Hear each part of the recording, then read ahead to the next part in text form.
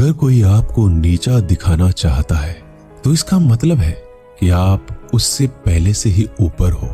जिंदगी जीने के लिए मिली है, इससे लोग क्या सोचेंगे यह सोचने में बर्बाद मत करो। किसी के बुरे वक्त में उसका हाथ पकड़ो, सहारा दो, उसे हिम्मत दो, क्योंकि बुरा वक्त थोड़े समय में चला जाएगा लेकिन वह आपको दुआ जिंदगी भर देता रहेगा। मनुष्य सुबह से शाम तक काम करके उतना नहीं थकता जितना चिंता और क्रोध के एक क्षण में थक जाता है। संबंध परमात्मा से अच्छे बना लो तो तुम्हें किसी की जरूरत नहीं पड़ेगी, तुम खुद सबकी जरूरत बन जाओगे। सलाह देने तो हजारों आते हैं लेकिन जब साथ देने की बारी आती है तो केवल भगवान आते हैं। जीतने के बाद तो सारी दुनिया गले लगाती है, क्योंकि जो आज आपके साथ है वह कल आपके खिलाफ हो सकते हैं। बिना मतलब के कोई आपकी इज्जत नहीं करेगा, लेकिन खुद को इतना काबिल बनाओ कि लोग बिना मतलब के भी आपका इज्जत करें। भगवान कहते हैं सोने से पहले तुम सबको माफ कर दिया करो और तुम्हारे जागने से पहले मैं तुम्हें माफ कर दूंगा। भगवान ऑक्सीजन की तरह हैं जिन्हें आप देख नहीं सकते लेकिन उसके बिना आप रह भी नहीं सकते।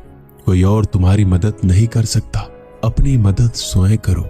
आप खुद के सबसे अच्छे मित्र हैं और सबसे बड़े दुश्मन भी।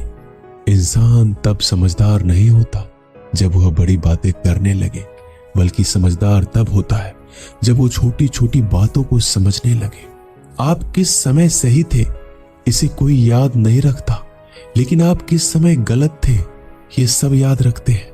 सब दुख दूर होने के बाद ही मन प्रसन्न होगा, यह आपका भ्रम है।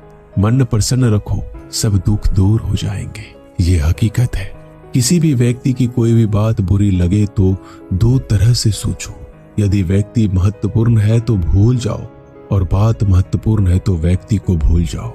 रिश्तों का संबंध सिर्फ रक्त से नहीं होता, जो मुसीबत में हाथ थाम ले उससे बड़ा कोई रिश्ता नहीं होता। भगवान कहते हैं तुम सब कुछ मुझे सौंप दो, सारा दर्द परेशानी, और बिल्कुल हल्के होकर मुझे याद करो। धीरे धीरे तुम्हारा जीवन बदल जाएगा। हर रोज रात को सोने से पहले भगवान को अपनी पूरी दिनचर्या बता के सोएं। अगर आपके द्वारा किसी का दिल दुखा है तो मन ही मन उससे माफी मांगे। अगर आपका किसी ने दिल दुखाया है तो उसे माफ करके सारी चिंताएं भगवान को सौंप कर सो जाए। यकीन मानिए इससे आपकी जिंदगी खुशनुमा बन जाएगी। क्रोध बोला हुआ एक शब्द इतना जहरीला हो सकता है कि आपकी हजार प्यारी बातों को एक मिनट में नष्ट कर सकता है। सबको हंसाना लेकिन किसी पर भी हंसना मत। सबके दुख बांटना लेकिन किसी को दुखी मत करना। सबकी राह में दीप जलाना लेकिन किसी का दिल जलाना मत। यही जीवन की रीत है, जैसा बोओगे वैसा ही पाओगे। दुआएं और प्रार्थनाएं असंभव को भी संभव बना देती है। ईश्वर को ना हमारे तन की जरूरत है ना धन की, उसको तो बस पवित्र मन की जरूरत है। इसलिए वो हमें कुछ भी छोड़ने के लिए नहीं कहता, बस कहता है बच्चे मन से विकार छोड़ो, गंदे विचार छोड़ो। जो आने वाला है वो हमेशा गुजरे हुए कल से बेहतर होगा। यही एक सोच आपके जीवन में कभी निराशा नहीं होने देगी। झूठ कितना अजीब है, खुद बोलो तो अच्छा लगता है, दूसरे बोले तो गुस्सा आता है। खुशियां चाहे किसी के साथ भी बांट लो, पर गम हमेशा भरोसेमंद इंसान के साथ ही बांटना चाहिए। जीवन में समय चाहे जैसा हो, परिवार के साथ रहो तो सुख बढ़ जाता है, दुख हो तो बढ़ जाता है। सच्चा मित्र वही है जो उस समय में भी आपके साथ खड़ा हो जब सारी दुनिया आपके खिलाफ हो। आपके पास जितना भी है उसके लिए बार बार दिल से धन्यवाद कहें, हर वक्त कहें। यकीन मानिए जितना भी है वो जल्दी कई गुना हो जाएगा। प्रार्थनाएं और ध्यान इंसान के लिए बहुत जरूरी है, क्योंकि प्रार्थना में भगवान आपकी बात सुनते हैं और ध्यान में आप भगवान की बात सुनते हैं। श्री कृष्ण से कितना कुछ छूटा, पहले माँ छूटी, फिर पिता छूटे, फिर जो नंद किशोर मिले वो भी छूटे, संग साथी छूटे, राधा भी छूटी, गोकुल छूटा, फिर मथुरा छूटा।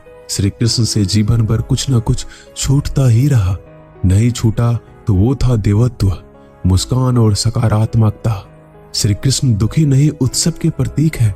सब कुछ छूटने पर भी कैसे खुश रहा जा सकता है, ये श्री कृष्ण से अच्छा कोई नहीं सिखा सकता। इसलिए हमेशा खुश रहें, सदा मुस्कुराते रहें। जीतने का मजा भी तभी आएगा जब लोग आपके हार का इंतजार करेंगे। गीता में लिखा है, यदि कोई आपको अच्छा लगता है तो अच्छा वो नहीं, अच्छे आप हैं, क्योंकि उसमें अच्छाई देखने वाली नजर आपके पास है। अपनी पीड़ा के लिए संसार को दोष मत दो, अपने मन को समझाओ। तुम्हारे मन का परिवर्तन ही तुम्हारे दुखों का अंत है। सोच और नीयत अच्छी रखिए, फिर आपके कष्ट प्रभु स्वयं दूर कर देंगे। याद रखना, भगवान से कभी उम्मीद छोड़ना नहीं और दुनिया वालों से कभी उम्मीद रखना नहीं। सुख दुख एक सिक्के के दो पहलू है। जहां सुख होगा वहां दुख भी होगा, जहां दुख होगा वहां सुख भी होगा।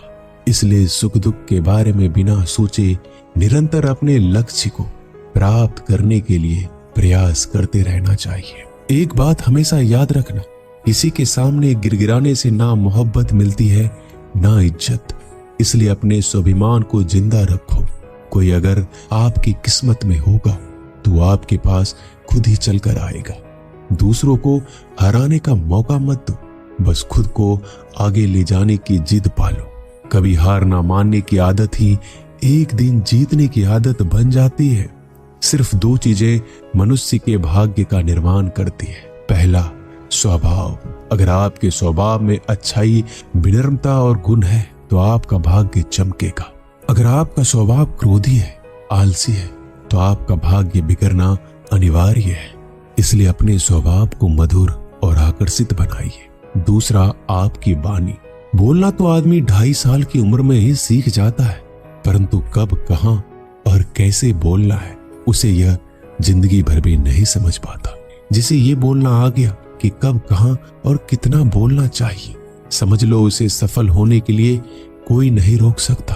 पिता से बड़ा कोई सलाहकार नहीं, माँ की छांव से बड़ी कोई दुनिया नहीं, भाई से अच्छा कोई भागीदार नहीं और बहन से बड़ा कोई शुभ चिंतक नहीं। इस मतलबी दुनिया से कोई मतलब ना रखो, और मतलब रखना है तो अपने मतलब से मतलब रखो। दुआएं मांगने से किसका भला होता है, मिलता तो वही है जो हमने बोया होता है। तुम नीचे गिर के देखो, कोई नहीं आएगा उठाने। तुम जड़ा उड़कर तो देखो, सब आएंगे गिराने। एक बात हमेशा याद रखना, अगर शराब की दुकान पर बैठकर दूध पियोगे तो तुम्हें शराबी का ही दर्जा मिलेगा, और किसी मंदिर में बैठ के पानी भी पियोगे तो तुम्हें एक संत का दर्जा दिया जाएगा। इसलिए आप किसके साथ उठते बैठते हो ये बहुत मायने रखता है। दोस्तों, आशा करता हूं कि आपने इस वीडियो से बहुत सारी सीख ली होगी। मिलते हैं जल्दी एक नए ज्ञानवर्धक वीडियो में। धन्यवाद। अपना